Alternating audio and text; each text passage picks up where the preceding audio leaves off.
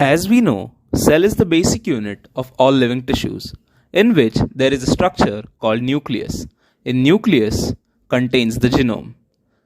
In humans, the genome is split between 23 pairs of chromosomes. Each chromosome contains a long strand of DNA tightly packed around proteins called histones. Within the DNA, there are sections which are called genes. These genes contain the instructions for making proteins, but this process is not as simple as described right now. Information you need to know to dive into further details of this topic. What is a gene? A gene is a continuous string of nucleotides containing a region that codes for a RNA molecule. This region begins with a promoter region and ends with a terminator region. Genes also contain regulatory sequences which are found near promoter region or at more distant location. During transcription, the DNA in the gene is used as a template to make a messenger RNA strand with the help of an enzyme called as RNA polymerase. Bacterial RNA polymerase has 5 subunits: beta 1, beta prime, beta, alpha 1, alpha 2, omega. Beta prime is the largest subunit and is the active site for RNA synthesis. Beta is the second largest. Alpha is the third largest. Each alpha subunit has 2 domains, N-terminal domain and C-terminal domain. N-terminal domain has a role in assembly of RNA polymerase. C-terminal domain has a role in interaction with promoter and non-specific binding to the DNA sequences. Omega.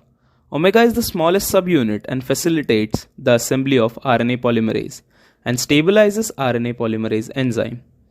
Let's talk about sigma factor. Sigma factor is a protein that allows specific binding of RNA polymerase with the promoter. So the complete RNA polymerase coenzyme has 6 subunits. Initiation of transcription is divided into 3 steps: formation of closed complex, open complex, and abortive initiation. In the first step, RNA polymerase binds to the promoter region. The DNA is still in double-stranded form, and this complex is called as closed complex. Closed complex represents RNA polymerase that is just bound to the promoter region.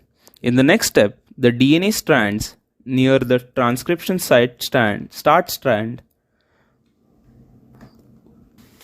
In the next step, the DNA strands near the transcription start site unwind to form an open complex. Once the open complex is formed, the enzyme now starts adding rNTPs on the template DNA. Once the short RNA stretches are formed, the open complex now goes under abortive initiation.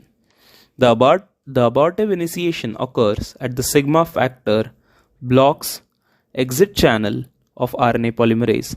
After this abortive initiation, sigma factor is released. Once the sigma factor is released, RNA polymerase proceeds for the process of elongation. After this, termination occurs. Once the polymerase has transcribed to the gene, it must stop to release the RNA product. In prokaryotes, there are 2 types of termination: row independent and row dependent.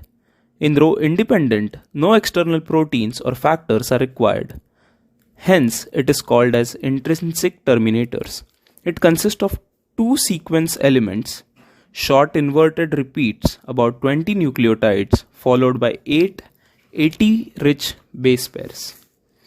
When the RNA polymerase transcribes these inverted repeat sequences, the resulting RNA forms a hairpin-like structure. This hairpin-like structure halts the RNA polymerase enzymes, and further AT-rich sequence forms AU base pairs, which are supposed to be the weakest of all base pairs. Thus, RNA is finally released and process of transcription is terminated. Now let's see row-dependent termination.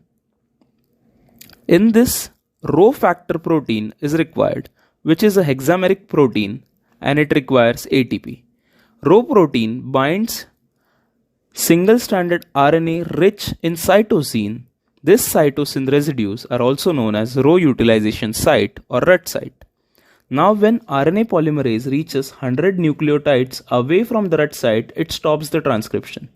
Once the Rho protein binds to RUT sequencing RNA, it uses energy of ATP and translocates it to RNA-DNA hybrid and unwinds the region.